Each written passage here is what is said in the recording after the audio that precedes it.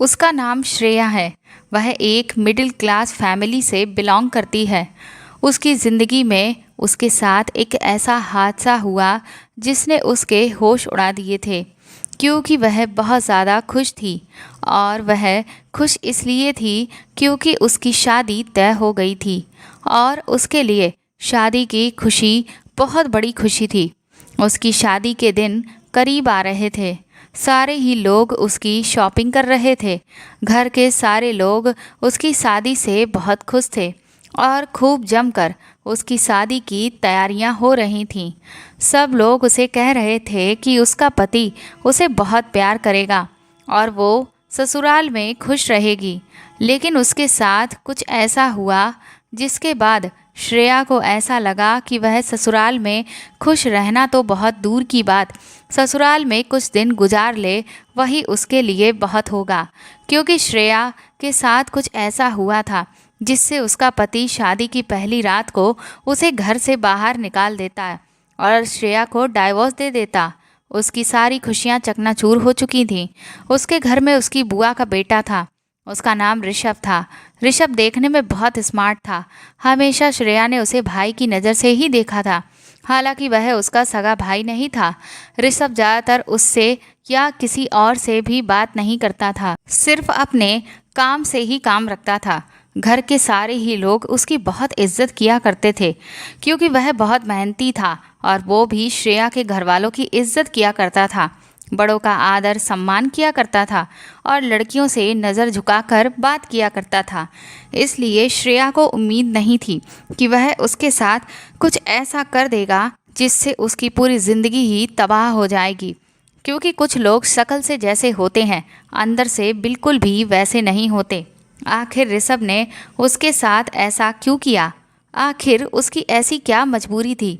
ये सब कुछ आपको इस कहानी में हम ज़रूर बताएंगे ताकि आपको भी पता चले कि श्रेया किस दर्द से गुजर चुकी है।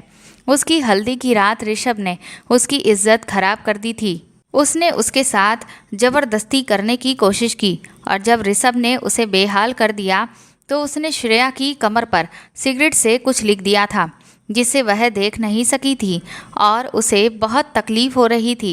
शादी की पहली रात जब उसके पति ने उसे देखा तो उन्होंने उसके साथ अपनी मोहब्बत जाहिर की।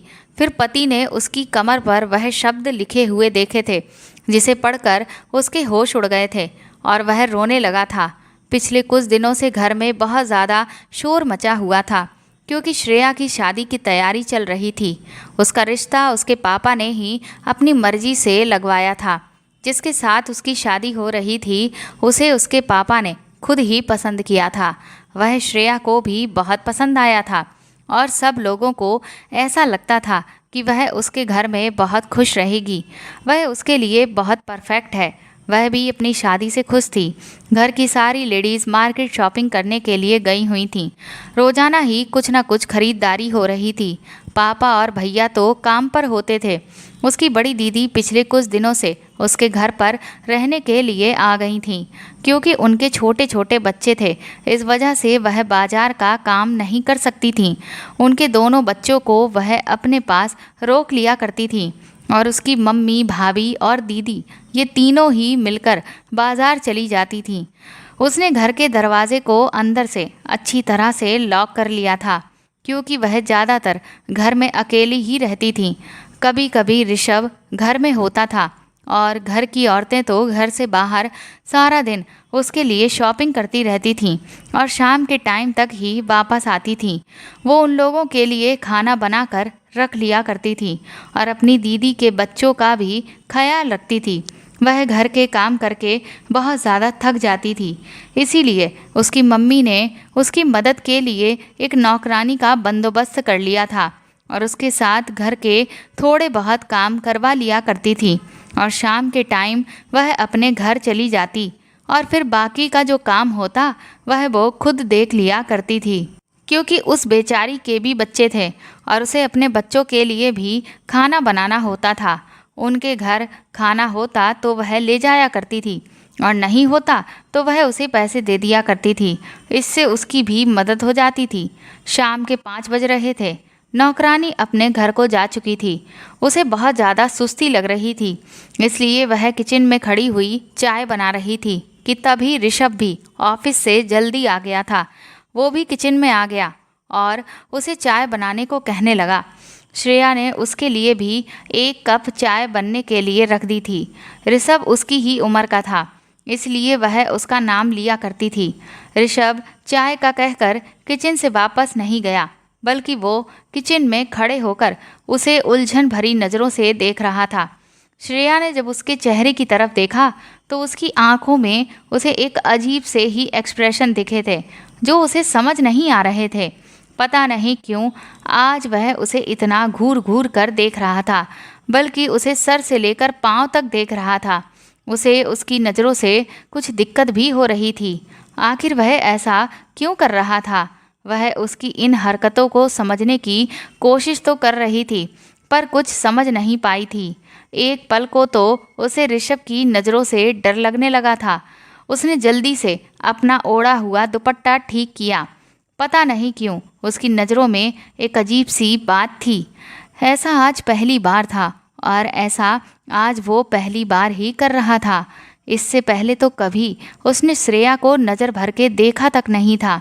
यहाँ तक कि वह उससे बात भी नहीं करता था, जबकि वो लोग तो एक ही घर में रहते थे और वह भी उसके घर में सालों से रह रहा था। वह बड़ी गहरी भरपूर नज़रों से उसे सर से लेकर पैर तक देखे जा रहा था। श्रेया ने ऋषभ से हटने के लिए कहा। उसे बोला कि तुम कमरे में जाओ, मैं तुम्हारी चाय वहीं पर लेकर आती हूँ। वह अपने कमरे में चला गया, मगर श्रेया ये सोचने पर मजबूर हो गई थी कि आज न जाने ऋषभ को क्या हो गया है। चाय बन जाने के बाद वह ऋषभ के कमरे में चाय लेकर चली गई तो वह सामने ही बेड पर लेटा हुआ था। उस टाइम उसने खाली जीन्स पहनी हुई थी, बल्कि ऊपर से तो उसने शर्ट भी नहीं पहना हुआ था। उसे इस हालत में देखकर उसने अपनी नज़रें झुका ली और वह शर्मिंदा सी हो रही थी। वो चाय की ट्रे लेकर वापस जाना चाहती थी, मगर अचानक ही ऋषभ ने उसका हाथ पकड़ लिया और उसे अपने पास बैठा लिया। वह उसकी इस हरकत को समझ नहीं पाई थी। उसकी आज की हर बात उसे बहुत अजीब लग रही थी। ऊपर से ऋषभ का उसे देखने का स्टाइल उसे डर फील करा रहा था। पिछले कुछ दिनों से वह नोटिस कर रही थी कि ऋषभ की हालत बहुत अजीब सी हो गई थी। वह हर टाइम गुमसुम सा रहता था और पता नहीं कहाँ पर खोया खोया रहता था। घर में वह कभी कभी पापा के साथ बातचीत कर भी लिया करता था, लेकिन अब तो वह उनसे भी कोई बात नहीं करता था। ऑफिस से आते ही फौरन अपने आप को कमरे में बंद कर लिया करता था। जब खाने का टाइम होता तो खाना खा लिया करता, या फिर कभी कभी तो उन्हें ही उसे बार बार उसके कमरे से खाना खाने के लिए बुलाना पड़ता था। पता नहीं उसकी ऐसी हालत क्यों हो गई थी और पता नहीं इधर उधर देख देख कर वो क्या तलाश करता रहता था। उसे जब भी कोई बुलाने के लिए आता तो वह चौंक जाया करता। मम्मी भी उसकी इन हरकतों को काफ़ी दिनों से नोटिस कर रही थी और वह इस बारे में पापा से कहती थी कि ऋषभ को ना जाने क्या हो गया है। वह तो आजकल बिल्कुल ही बदल कर रह गया है। घर में होते हुए भी उसकी मौजूदगी का एहसास ही नहीं होता और आजकल ना ही हम लोगों के साथ बैठकर कोई बातचीत करता है, ना पहले की तरह हंसता है और ना ही बोलता है, ना किसी से कोई बात करता है। पापा मम्मी को इस तरह परेशान देखकर उन्हें तसल्ली दे दिया करते थे कि वह तो हमेशा से ही ऐसा है, और ये बात एक हद तक सच भी थी। इससे पहले ऋषभ श्रेया से कुछ कहता तभी वह दरवाजे की बजने की आवाज़ सुनकर उसके कमरे से बाहर आ गई। आज उसकी मम्मी, भाभी और उसकी दीदी ये सब लोग मार्केट से टाइम से पहले ही आ गई थीं। वो कहने लगी कि आज तुम्हारी ससुराल वालों को हमारे घर आना है, इसीलिए हम लोग घर जल्दी आ गए हैं।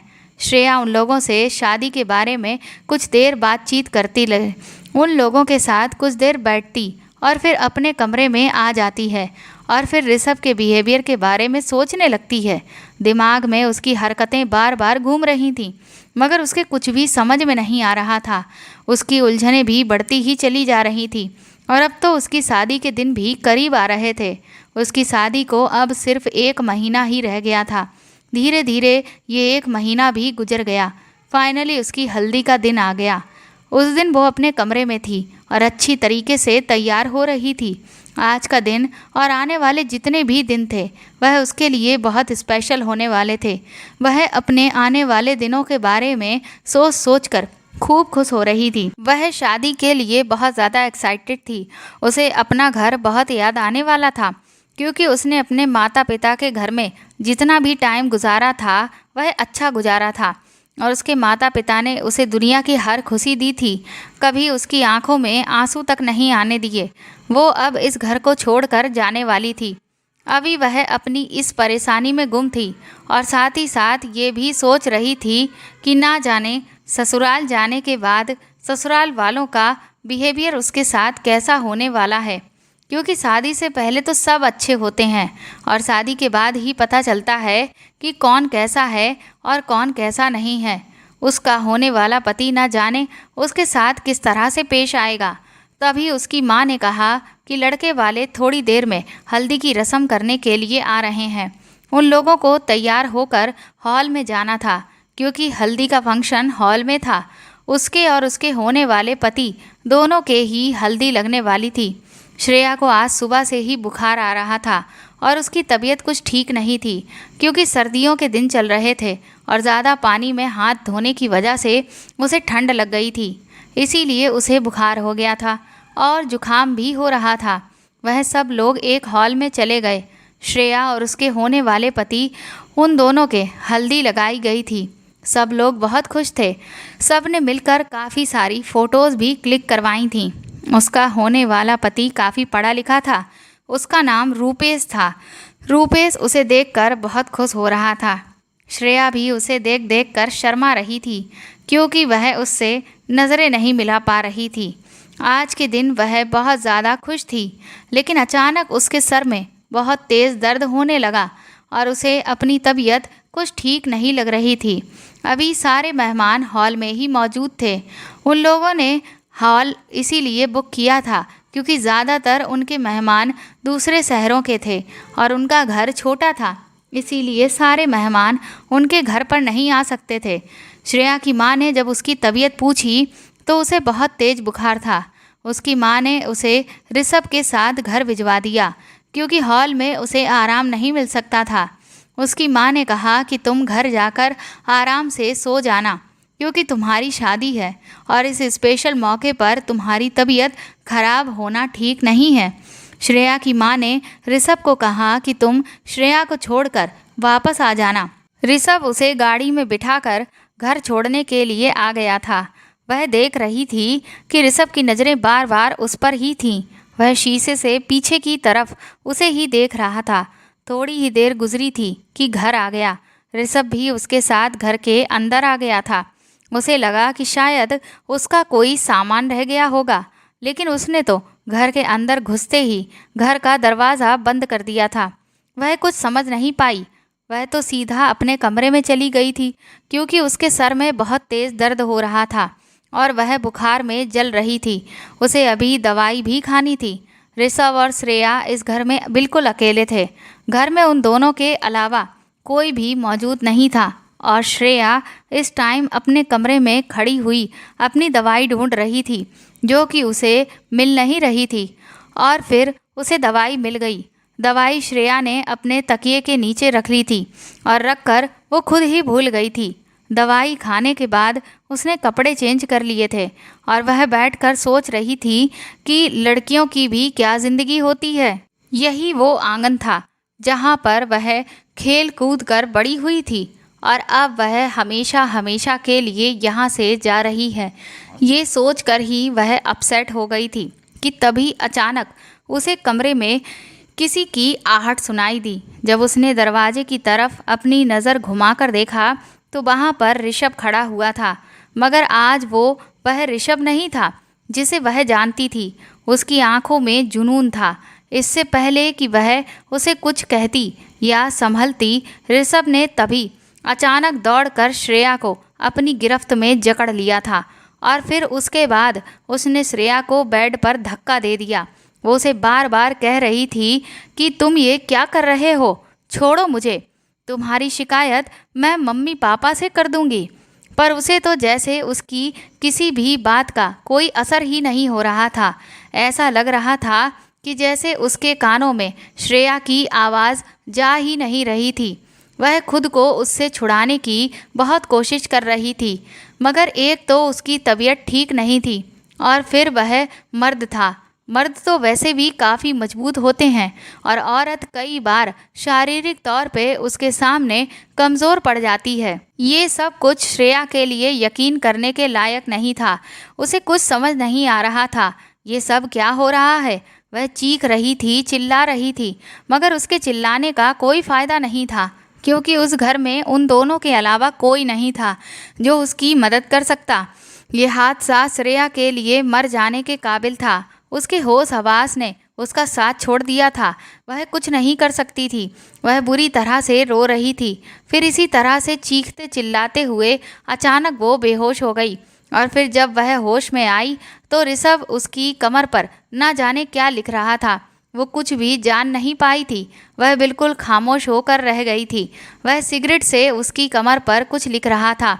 उसकी कमर तकलीफ से चूर हो रही थी, क्योंकि जलता हुआ सिगरेट उसके बदन पर जलता हुआ महसूस हो रहा था और उसकी कमर की खाल जल रही थी। शायद खून भी बह रहा था, मगर वह कुछ नहीं कर सकती थी, क्योंकि उसका शरीर कोई भी हरकत करने के काबिल नहीं था। अब उसे ऐसा लग रहा था जैसे किसी ने उसके शरीर के अंदर से जान ही निकाल दी हो। वह बिल्कुल बेजान थी। वह कभी सोच भी नहीं सकती थी कि ऋषभ उसके साथ ऐसा कर सकता है।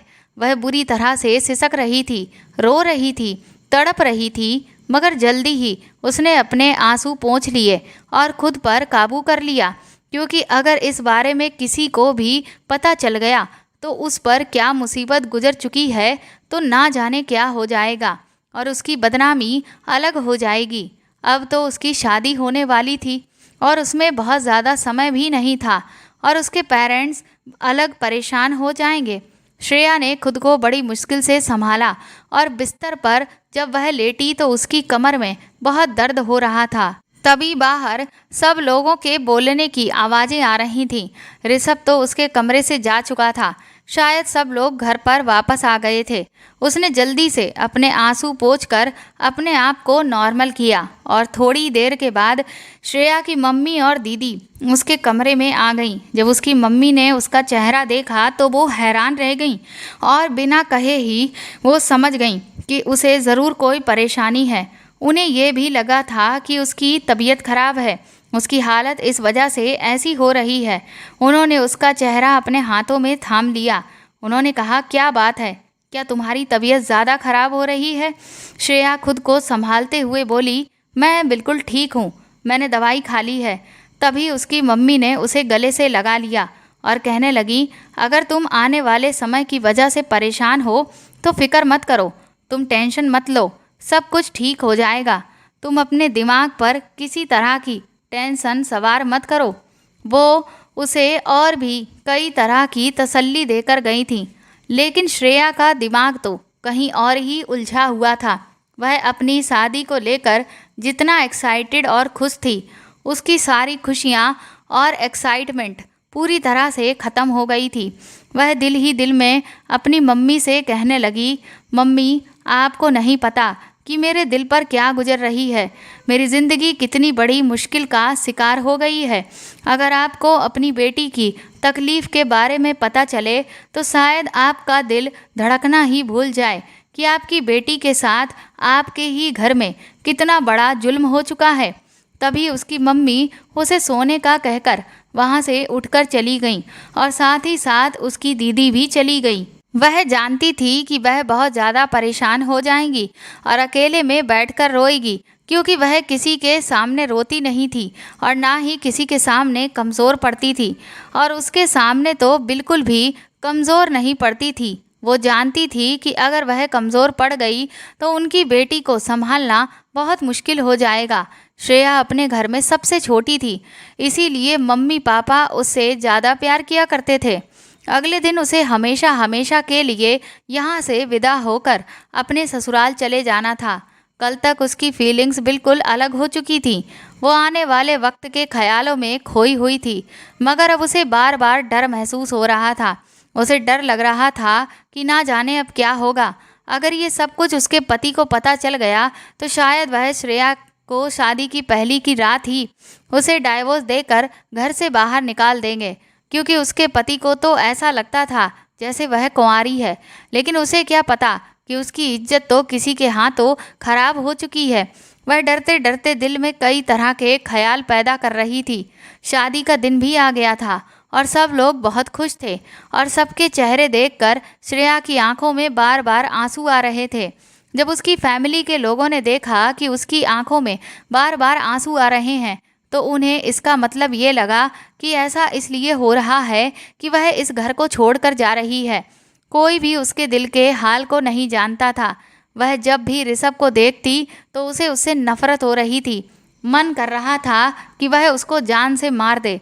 उसने उसकी ज़िंदगी खराब कर दी थी। आखिर उसे ऐसा करके क्या मिला? श्रेया की शादी की सारी रस्में हो चुकी थीं, पर वह एक भी रस्म में खुश नहीं थी। वह तो बिल्कुल बेजान हो रही थी। ऐसा लग रहा था जैसे वह कोई रोबोट है और सब लोग उसे अपने तरीके से चला रहे हैं। जो जैसा कहता वह वैसा कर लिया करती थी और इसी तरह से वह विदा होकर अपनी ससुराल आ गई। जब उसने ससुराल आने के बाद अपने पति के हंसते मुस्कुराते चेहरे की तरफ देखा तो उसने कई बार अपनी आंखों से आंसू साफ कर लिए थे और उनको रोकने की भी पूरी कोशिश की थी। अगर उसे पता चल जाता कि उसकी पत्नी के साथ क्या बीत चुकी है तो शायद वह इस तरह से हंस नहीं रहा होता, बल्कि दुत्कार कर उसे अपनी ज़िंदगी से निकाल चुका होता। और फिर उसे उसकी जेठानी ने उसके कमरे में पहुंचा दिया। वो अपने धड़कते हुए दिल के साथ आने वाले हर पल का इंतज़ार कर रही थी और उसे बार बार ये डर लग रहा था कि अगर उसके पति को ये बात पता चल गई तो ना जाने क्या हो जाएगा। तभी उसके कमरे में रूपेश आया और उसने उसका हाथ पकड़कर उसकी खूबसूरती की तारीफ़ें करना शुरू कर दिया और इधर उधर की छोटी मोटी वो बातें करने लगा। उसकी पसंद नापसंद के बारे में पूछने लगा। वह अपने बारे में भी उसे बहुत कुछ बता रहा था, लेकिन वो थी कि उससे कुछ भी बोल ही नहीं पा रही थी। उसके दिमाग में तो सिर्फ डर ही बैठा हुआ था। और फिर धीरे धीरे रात गुजरती चली जा रही थी। फिर जब रूपेश ने अपना हक लेने के लिए उसके कमर से उसके कपड़े हटाए तो वही हुआ जिसकी उसे उम्मीद थी। उसके पति ने उसकी कमर के वो निशान देख लिए थे जो ऋषभ ने सिगरेट से उसकी कमर पर लिख दिए थे। वह छोटी सी थी जब उसके पापा ऋषभ का हाथ पकड़कर उसे घर पर लाए थे और मम्मी से कहने लगे कि आज के बाद ऋषभ हमारा बेटा है और इसको इस घर में वही वैल्यू दी जाएगी जो मेरे बेटे को दी जाती है। मम्मी भी उनकी इस बात से खुश हो गई थी, क्योंकि श्रेया 2 बहनें थीं और उसका एक ही भाई था। उसकी मम्मी को लगा कि इस तरह से उनके 2 बेटे हो जाएंगे। श्रेया से भी पापा ने कहा कि आज से ऋषभ तुम्हारे भाई की तरह है। श्रेया ने ऋषभ का हाथ पकड़ लिया था और वो उम्र में उसके ही साथ का था और फिर उन दोनों में दोस्ती सी हो गई थी। उस समय ऋषभ और उसकी उम्र 12 साल की थी। वो दोनों साथ ही खेल कूद कर बड़े हुए थे। वह श्रेया पर उसके बड़े भैया की तरह रौब जमाता था। उसे कभी इस बात का एहसास नहीं हुआ था कि वह उसकी बुआ का बेटा है। वह उसे हमेशा अपनी फैमिली का मेंबर ही मानती थी। दरअसल ऋषभ के माता पिता एक एक्सीडेंट में मर चुके थे और उसके बाद ऋषभ बिल्कुल अकेला रह गया था। पहले काफ़ी दिनों तक तो वह अपने दादा के पास ही रहा था। उसके दादा भी काफ़ी बूढ़े हो चुके थे और वह बीमार रहने लगे थे। वह उसका ख्याल भी नहीं रख पाते थे, इसलिए श्रेया के पापा रोज़ अपनी बहन के घर जाते थे ऋषभ से मिलने।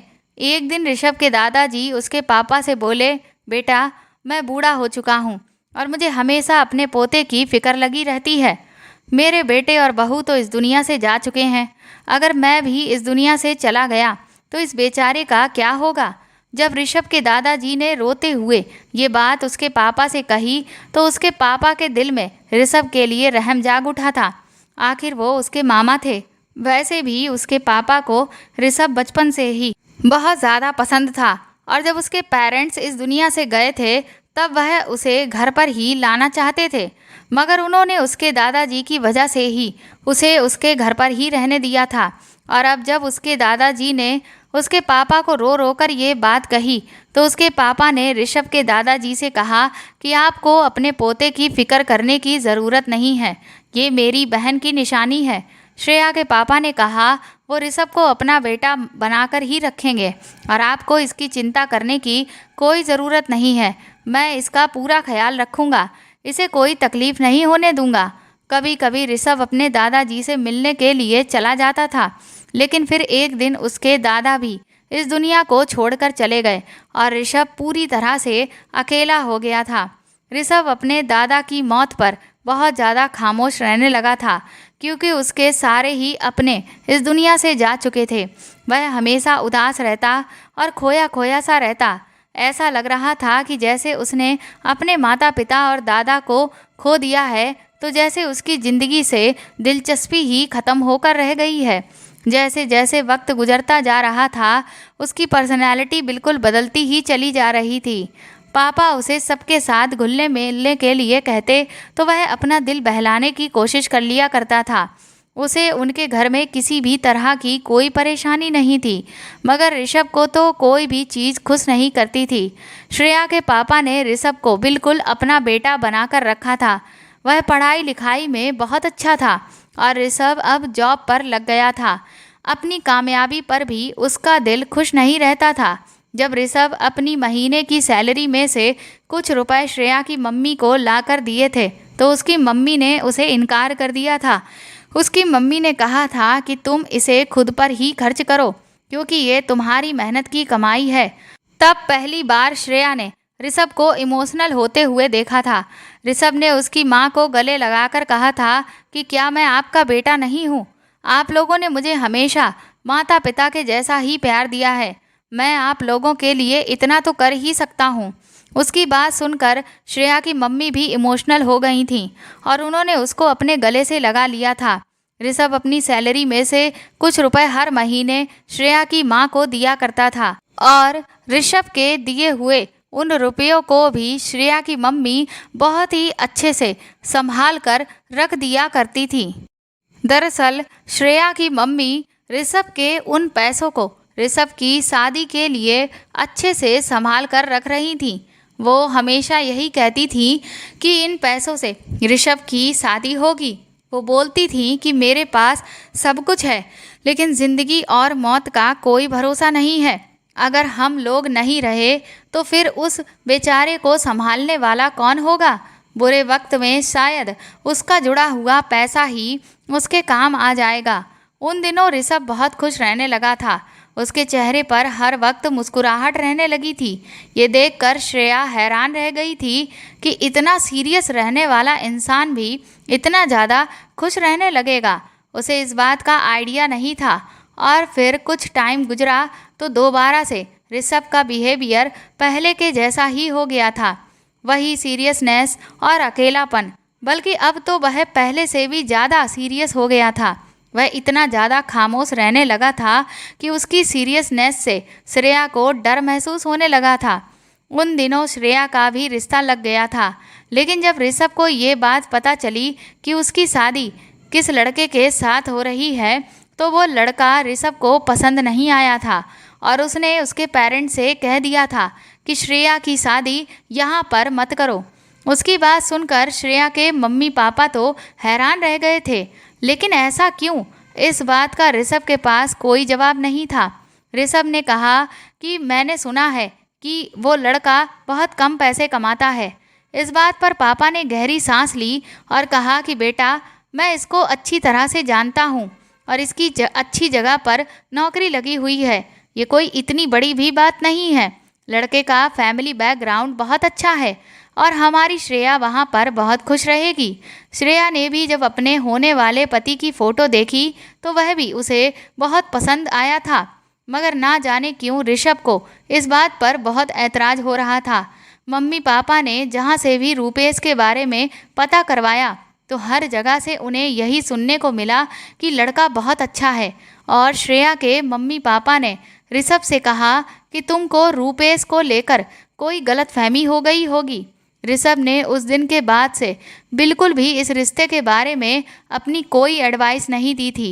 वह बिल्कुल गुमसुम होकर रह गया था और अब जब शादी से एक दिन पहले उसने श्रेया के साथ ये सब कुछ किया तो श्रेया के लिए ये सब किसी भी तरह से बर्दाश्त करने के काबिल नहीं था। जब उसके पति ने उस रात उसकी कमर देखी तो वह ऊंची ऊंची आवाज़ में रोने लगा था। श्रेया तो उसका रोता हुआ देखकर घबरा गई थी और जब पलटकर उसने उसे देखा तो वह बहुत बुरी तरह से रो रहा था। श्रेया ने उससे बहुत पूछने की कोशिश की मगर वह कुछ भी बताने के लिए तैयार ही नहीं था। न जाने उसे किस बात का गम था जो उसे रुला रहा था। श्रेया की कमर पर ऐसा क्या लिखा हुआ था कि जिस वजह से उसकी हालत ऐसी हो गई थी। तभी उसके पति ने उससे कहा कि तुम सो जाओ और इस बारे में किसी से कुछ भी मत कहना। वो उसके उलझे हुए बिहेवियर पर हैरान और परेशान रह गई थी और रात भर यही सोचती रही कि मैं तो समझती थी कि मेरे पति को बहुत गुस्सा आएगा मगर उसका रोना तो उसकी समझ से ही बाहर था और वो यही सब कुछ सोचते सोचते ना जाने कब गहरी नींद में चली गई। उसे कुछ पता ही नहीं चला। शादी के अगले दिन जब उसकी सास ने उसे उसके पति के साथ उसके मायके भेज दिया तो वहां जाने के बाद वो ऋषभ का सामना नहीं करना चाहती थी। इसलिए श्रेया सीधा अपने मम्मी पापा के कमरे में चली गई। उसका तो ऋषभ का सामना करने का दिल ही नहीं चाह रहा था क्योंकि उसे उस वक्त उससे बहुत ज़्यादा नफरत महसूस हो रही थी और ऊपर से उसके पति का हैरान कर देने वाला ऐसा बिहेवियर उसे बहुत परेशान कर रहा था। 2-3 घंटे वहाँ पर गुजारने के बाद वो वापस अपने ससुराल अपने पति के साथ आ गई थी। लेकिन अब तो उसकी ज़िंदगी बदल कर ही रह गई थी। कुछ दिनों पहले तक तो वो बहुत खुश थी मगर अब तो जैसे उसके लिए सब कुछ ख़त्म हो गया था। अपने पति के बारे में उसने सुना था कि वह बहुत खुश दिल है मगर अब जब उसने रूपेश को सामने से देखा तो वह दिखने में बहुत ही शांत थे। वो किसी से ज़्यादा बात नहीं करते थे और बस हर वक्त उदास से रहते थे। श्रेया रूपेश को घर में ढूंढ रही थी तो वो उसे छत पर मिला। वो उदास खोया हुआ सा एक कोने में बैठा था और उसकी आंखों से लगातार आंसू निकल रहे थे। वो ये सब देखकर बहुत हैरान और परेशान हो गई थी। ना जाने उसके पति को ऐसी कौन सी प्रॉब्लम थी कि उसका रोना कम ही नहीं होता था। जब भी वह श्रेया को देखता था तो प्यार से उसके बालों को सहलाता था क्योंकि उसकी आंखों में श्रेया के लिए इतनी ज़्यादा इज्जत होती थी जिसे देखकर वो नज़रें चुराने लगती और सोचने लग जाती कि अगर उसे सच पता चल गया तो ना जाने वह मेरे साथ क्या करेगा। उस दिन श्रेया सो रही थी तब एक अजीब सी आवाज़ सुनकर उसकी आंख खुल गई। वो उसके पति के रोने की आवाज़ थी। वो ये सब देखकर उठकर बैठ गई थी। न जाने उन्हें ऐसी कौन सी परेशानी थी जिसकी वजह से वह इतना बेचैन रहता था। उसके पति ने जब उसे जागता हुआ देखा तो वह हैरान रह गया और फिर उसके पास आकर बैठ गया और कहने लगा कि क्या बात है, तुम अभी तक जाग रही हो। और वो उसके सामने बिल्कुल नॉर्मल बिहेव कर रहा था। अब वो अपने पति के बर्ताव से बहुत तंग आ गई थी। इसलिए श्रेया ने उनसे कहा कि आप मुझे सब कुछ बताते क्यों नहीं हैं, कि आखिर आपके साथ ऐसी कौन सी परेशानी है और आप हमारी सुहाग रात को भी मुझे देखकर रोने लगे थे और आप अभी भी रातों को उठ उठ कर रोते हो। आखिर इस सब की क्या वजह है। उनके चेहरे पर अजीब से रंग फैल गए थे। वो उससे कहने लगे कि यह एक ऐसी बात है जिसे सुनकर शायद तुम बर्दाश्त ना कर सको मगर अब तो श्रेया इस बात को हर हाल में जानना ही चाहती थी। वो कहने लगी कि अब तो मैं ये जानकर ही रहूँगी कि आखिर क्या बात है। तभी उसके पति कहने लगे कि मैं ऋषभ को काफ़ी टाइम पहले से जानता हूँ। कुछ टाइम पहले तक वह मेरा बहुत अच्छा दोस्त था। ये बात सुनकर तो श्रेया के होश ही उड़ गए थे कि अगर ऋषभ उनका दोस्त था तो फिर ऋषभ ने उसकी शादी रूपेश से होने के लिए उसके पेरेंट्स से मना क्यों किया था। उसके पति की अगली बात ने उसे बुरी तरह से चौंका कर रख दिया था। उसके पति ने कहा कि हम दोनों दरअसल एक ही ऑफिस में जॉब करते थे। मेरे पापा का बिजनेस था। वह मुझे अपने साथ अपने ऑफिस में आने के लिए कहते थे मगर मुझे जॉब करने का शौक़ था और मैं एक्सपीरियंस भी करना चाहता था। इसीलिए मैं उस कंपनी में जॉब कर रहा था जहाँ पर ऋषभ था और उसी ऑफिस में एक लड़की थी जो बहुत गरीब थी और खूबसूरत भी थी और शरीफ फैमिली से बिलोंग करती थी। रूपेश हमेशा से ही लड़कियों के साथ फ्लर्टी रहा था और जब उसने उस लड़की को देखा तो उस लड़की पर दिल आ गया था। वो नहीं जानता था कि ऋषभ उस लड़की को पसंद करता है और रूपेश भी उस लड़की के पीछे था। रूपेश ने उस लड़की को प्रपोज किया, मगर उस लड़की ने इनकार कर दिया, मगर वो उस लड़की के पीछे पड़ गया था। जब एक दिन रूपेश ने उस लड़की को बहुत तंग किया तो उसने रूपेश के थप्पड़ मार दिया और इस बात पर रूपेश को बहुत गुस्सा आया।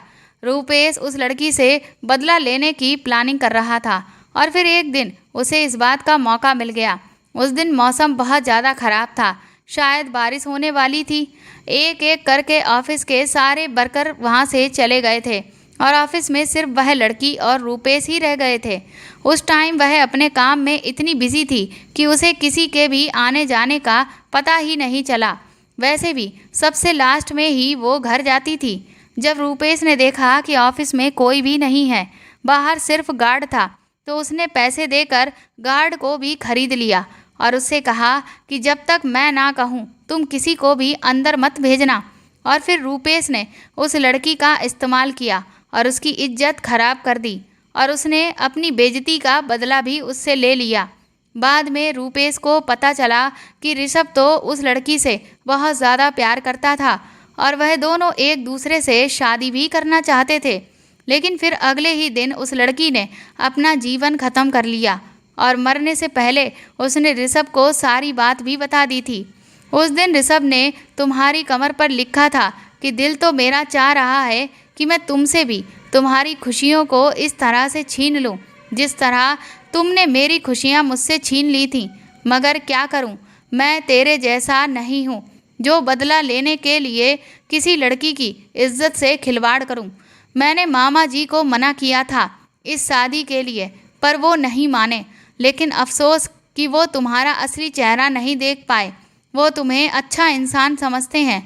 अपने पति के मुंह से ये बात सुनकर श्रेया का मुंह खुला का खुला रह गया था।